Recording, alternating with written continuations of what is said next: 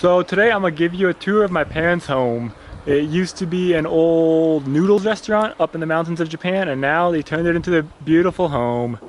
So I've been in Japan for about a month now, just staying here mostly, doing a bunch of different things, but I really love it up here in the mountains. Let's go inside for a quick tour. Nice traditional sliding doors. Ojamashimashou. Hey, hey, hey. Hello. Welcome to our house in Konakage. So what you see here is a Japanese house, but not a typically standard or normal Japanese house. The reason is because this was built in the 1970s, and it was originally a noodle restaurant. People who came up here in the mountain were hiking or just enjoying the scenery would stop in for lunch. So you have a kind of a bar counter there and a big kitchen behind it. And this area here had lots of small tables where people ate their noodles. Since then, we have repurposed the building and we are living in it, and it also serves as overflow for the Akagi Bible Camp, the place where we work. So our staff stay here and we oversee the facilities. It's cold up here on top of the mountains. We're about 4,500 feet elevation, and when we got here, the biggest shock was that there was no heating.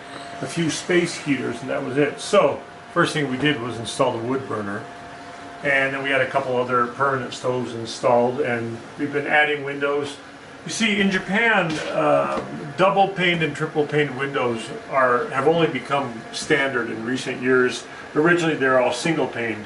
And so if you look around this house, most of the places, it's single pane windows, but then after the fact, they added a whole nother set of single pane windows.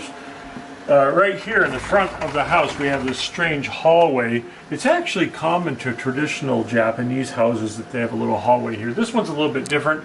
I'm guessing that they had like pictures of the food they served out in this hallway that people could see from the outside. We use it for storing firewood, for storing shoes, and whatever. What really makes this house stand out on the first floor architecturally is this thing right here, a kind of wood shingled roof overhanging the bar counter area. And then up on the ceiling we have this lattice work of wood, which kind of adds a traditional Japanese touch. And a rather fancy looking beam right here holding the whole thing up. Actually, I'm not sure if it's weight bearing or not, but it's a rather nice touch. Let's see what else about this house. We can take a quick walk through the kitchen.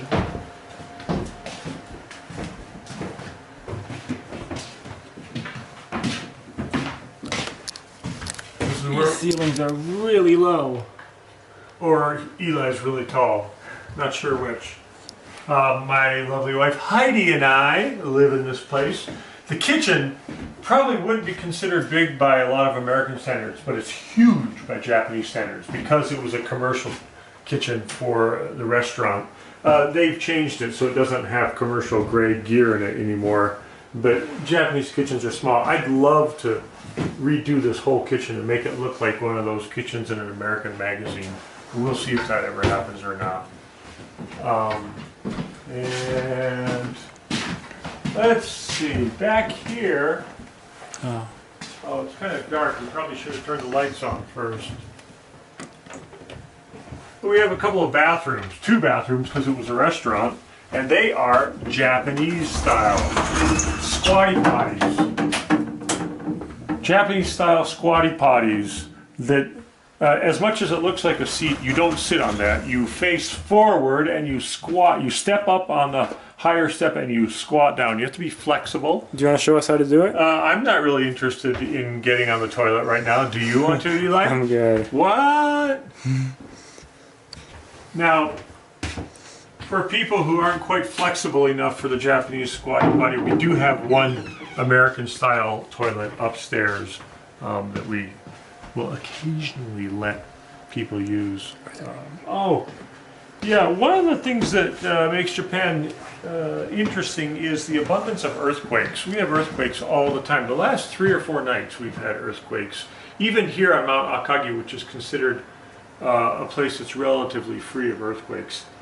And I suppose the biggest thing you have to worry about in an earthquake is stuff falling over, tall shelves and stuff like that. That's why this shelf, my CD rack, has an adjustment up here, and you adjust those nuts and it just squeezes up against the ceiling, wedging it in there, making it less likely to come toppling down. In fact, there are, I don't know what percentage, but a lot of the injuries that happen when there are earthquakes here are people getting pinned under falling cupboards and shelves and things like that. All right, so maybe we'll go upstairs. We have very squeaky stairs. That's so that we'll wake up if somebody's sneaking up our stairs in the middle of the night. And when they designed this, they weren't really thinking about tall people. It's kind of low right there. Almost everyone hits their head. Now, the upstairs of this house when it was first built was rooms where customers who came to eat would then, after like hiking in the mountains and having a nice lunch, they would come in and just like take a nap upstairs or whatever. But they weren't really made for living in, they were just made for kind of taking a break. Typical Japanese room, the floor is made of tatami, which is straw mat, woven straw mat. It's softer than a hardwood floor, but harder than a carpeted floor. And these are stone, which are the mattresses that are typically used to sleep on the floor. You spread them out. And tatami, the straw mats in Japan, are always the same dimension, approximately 3 feet by 6 feet. And that has effectively become the unit of measure for talking about how large a room is. You talk about how many mats it is. This is an 8-mat room, which would mean it's approximately 12 by 12 feet, which is a good sized room. And this is where we have guests sleep when they come. Other than that, we don't use this room too much. There's another small room next door that we won't be looking at. It's about half the size of this room. And we even sleep people in there sometimes. Are we looking at the bath and the toilet? Sure. Yeah, okay. So now our house is unusual. We have 2 baths. Here's one. And the beautiful thing about Japanese baths is, as you can see, it's all made to get wet. So when you take a shower, you take a bath in there, you can splash and frolic to your heart's delight. It's all waterproof.